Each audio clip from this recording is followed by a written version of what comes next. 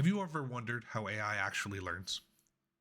How does it recognize faces, translate languages, or even drive cars? Well, today we're going to break it all down. Welcome to AI Simplified, where we make AI easy to understand. In this video, we'll explore machine learning, the backbone of AI, and uncover how it learns to solve complex problems. Ready? Let's dive in.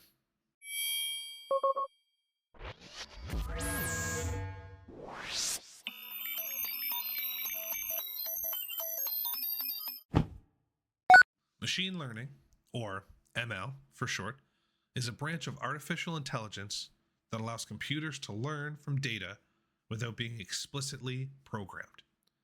Instead of following strict rules, ML models recognize patterns and make decisions based on past experiences. So the important thing here is that when you're utilizing a chatbot, let's say, like ChatGPT, if you have a lot of experience with them, you will notice that sometimes you don't have to give it as many details as you used to, but it'll give you the same sort of results. If you've ever wondered why, right? It's pattern recognition. The database itself of ChatGPT stores your information, the way that you speak, the way that you type your messages, what you're consistently looking for, in its own memory. And then it pulls from that memory as it generates your responses because it knows that you as an individual like content a certain way, like taking information a certain way, like receiving content a certain way. So it will ultimately do that, right? It's that machine learning enables AI to improve over time without direct human intervention. Machine learning can be categorized into three main types: supervised, unsupervised, and reinforcement learning. Let's break them all down one by one. In supervised learning, AI learns from labeled data. Think of it as teaching a child with flashcards. You show them a picture of a cat with the label cat until they recognize cats on their own. Some real-world examples include spam detection in emails, speech recognition, and recommendation systems. Now, unsupervised learning is like giving AI a puzzle without a picture to reference. It finds patterns in data on its own. A lot of businesses will use this for customer segmentation, anomaly detection, and market trend analysis. Basically just giving it a big bunch of data and saying, figure this out, right? Whereas the supervised learning is, this is what I want. This is an example of what I want, whether it's a picture, report, essay, whatever. Write me something based on this information, right?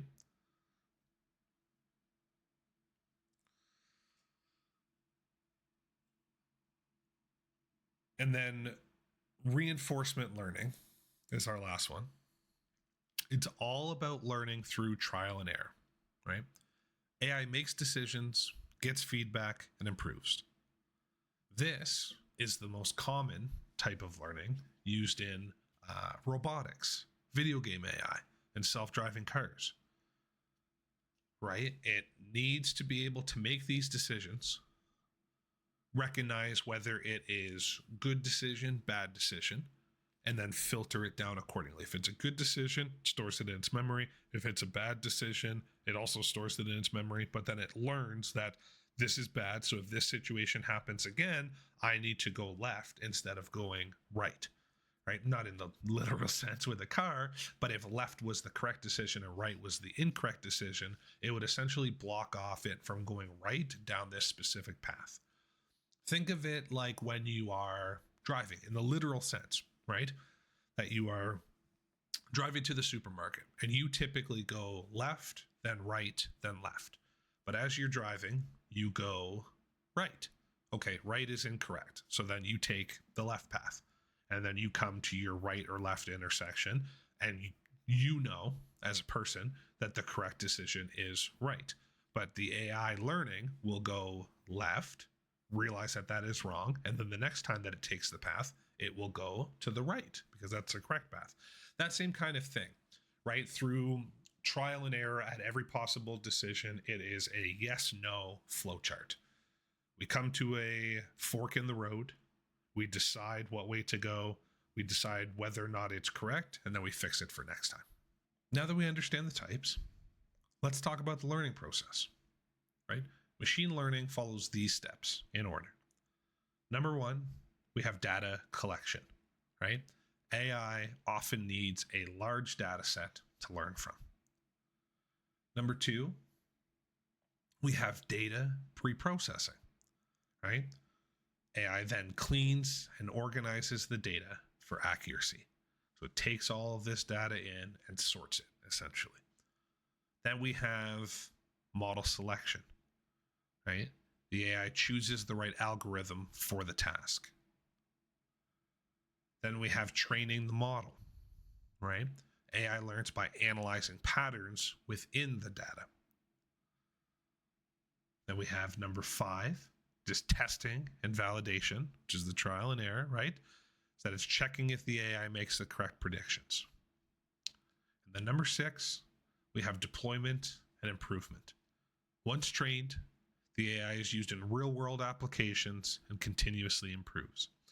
Think of it in the world of robotics, right? A lot of people don't know this, but it is a common practice, common rule. It's a mandatory rule in robotics, in that robots, when built, will never harm humans. It's rule number 1 of robotics. So anything that is programmed within robotics, it cannot physically harm a person. Obviously, within the military, there's AI detection, there's this, that, and the other, but it's not a robot making those decisions. It's a human utilizing robots to make those decisions. That's the difference, right? Is that a robot programmed to learn and build on its own, within its own hive mind, essentially, cannot learn to harm humans. That is not programmed into them, right? The number one takeaway in how ML models learn is that it learns in structured steps, right? Constantly improving as it processes more and more data. Now let's talk about popular ML algorithms, right? Different problems require different approaches. Here are some key ML algorithms that you should know. Linear regression. It's used for predicting values like stock prices, right? So in the world of the stock market, algorithms are trading with algorithms all day long. A lot of it is automated, right? The linear regression is used to predict the hills and valleys, the candlestick formulas that you hear people talking about, buying in the dip, selling high, all of this fun stuff when it comes to the system itself. That's used in this linear regression. Then we have decision trees, as I was talking about earlier, of the whole right then left, right then left. It's the whole IF triple T. If this, then that, right? When we're diagnosing diseases in the world of healthcare, when we are making those types of decisions, when we're programming robots for housework and whatnot. If this happens, then what? Or if this happens, then this happens, then what? Then we have, arguably the coolest, in my opinion, neural networks, right? So ChatGPT is a neural network. It's meant to mimic the human brain and power deep learning models. The reason that I say it's arguably my favorite and one of the coolest is that it's a really cool way to have this machine learning work, right? Like you talk with ChatGPT and it's like having a conversation with a person sometimes. It just has all of these answers. Now, very obvious to tell that it's not a person, very obvious to tell that it's a robot, but it's cool in the sense that you can have this back and forth with it, or Google Gemini, for example, right? All of the updates coming out that you can talk with Gemini the same way that you would talk with Siri, with Apple, or any of that kind of stuff. You have this back and forth. You're having that back and forth with a machine that learns through neural networks, right? And then we have k-means clustering, right? So it groups data into clusters, useful for customer segmentation. So in the retail space a lot, k-means clustering is used because if somebody's looking for a specific item, they go into this cluster. If they're looking for customer service side of things, they go into this cluster, right? So each ML algorithm has its unique way of solving individual problems. Where is ML used, right? Machine learning is literally everywhere, right? But just a few areas where it's making a huge impact. Number one, as I've talked about in previous videos, is healthcare, right? AI diagnoses diseases faster than doctors. That it takes this big database. It's essentially like if your doctor had their entire life's work, med textbook, on demand.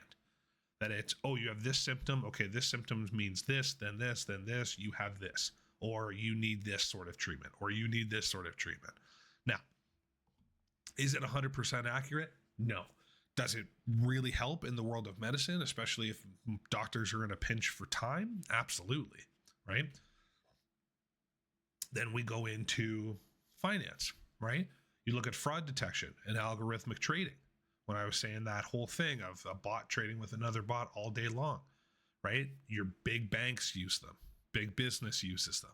All these guys that have all this money to spare spend all this money on algorithms to do this trading for them.